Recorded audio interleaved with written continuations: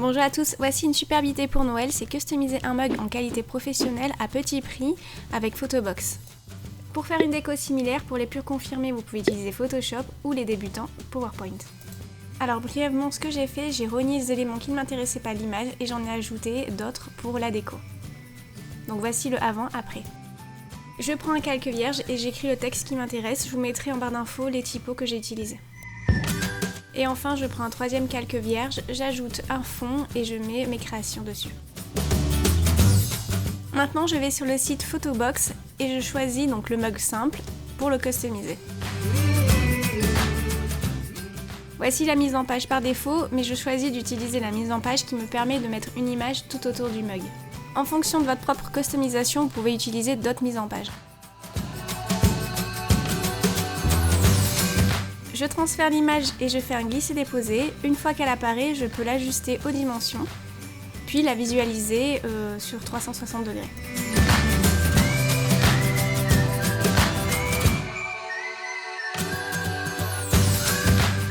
Le mug est livré entre 7 à 10 jours et maintenant je vous laisse admirer le résultat. Je trouve que la qualité est très professionnelle pour un prix abordable.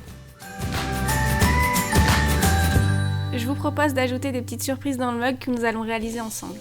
Prenez un papier scrap et un sachet thé et reportez 2 fois ses contours en laissant bien un espace d'environ 5 mm en dessous.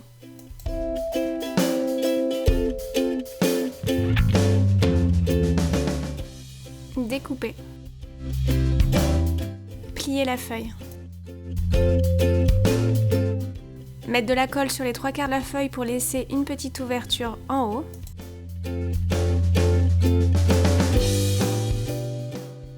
Décorez votre petit sachet comme vous le souhaitez.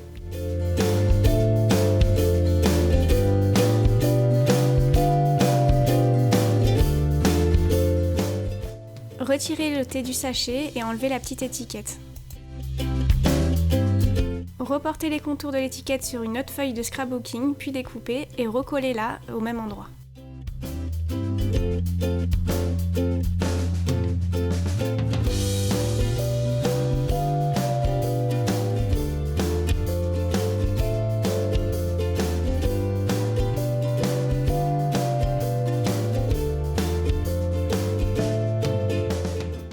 Et enfin, ajoutez de la colle pour refermer le sachet.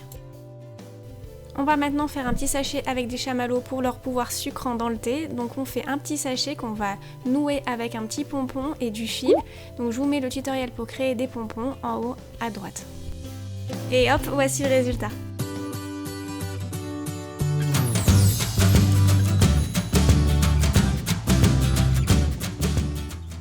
Un petit pouce vers le haut si cette vidéo t'a plu, cela me fait toujours plaisir et n'hésite pas à me retrouver sur Twitter, Facebook, Instagram. À bientôt.